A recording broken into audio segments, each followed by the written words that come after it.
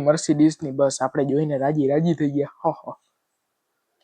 તો હેલો મિત્રો, જય માતાજી, જય દ્વારકાધીશ. તો સ્વાગત છે તમારા બધાનું મિની બ્લોગમાં. આજે નીકળી ગયા હતા આપણે ખંભાળિયા જવા માટે, બસ સ્ટેન્ડ જવા માટે. આપણે જતા હતા બસ સ્ટેન્ડ, રસ્તાનો લુક હતો મસ્ત, અને કાકા આપણી ભેગા આવતા હતા. એ જતા હતા નોકરીએ. ભાઈ આપણે સડી ગયા મટ્ટા હતી બસમાં. બસમાં જ બેસી ગયા, કેમ કે બસ જવાની તૈયારી હતી, પણ હજી એક બે પેસેન્જર આવતા હતા, એની વાટ જોતા હતા. તો આપણે તો વાત જોઈ લીધી ને પછી આપણે નીકળી ગયા, ને ભેગી આપણે નીકળી વોલ્વો.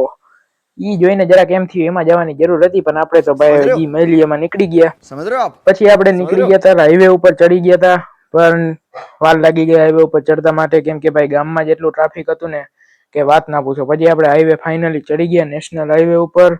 જોઈ લે આવો કંઈક નજારો છે, પણ એમાં બાઇક વાળા પણ ભેગા વચ્ચે આવે.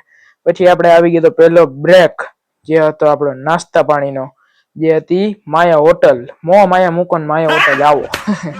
પછી આપણે નીકળી ગયા પાછા આપણે હાઈવે ઉપર, અને પછી આપણે આવી ગયા હતા, પણ રસ્તામાં આપણે દેખાઈ ગયો છકડો. એ આપણી જૂની યાદ આવી ગઈ ગામડાની. પછી આપણે ચા પાણીનો બ્રેક હતો, મતલબ જમવાનો જ બ્રેક હતો, બપોરનો હતો, એટલે આપણે જમી કરીને નીકળી ગયા હતા. ભાઈ ફ્રેશ થઈ ગયા, મજા આવી ગઈ જમીને.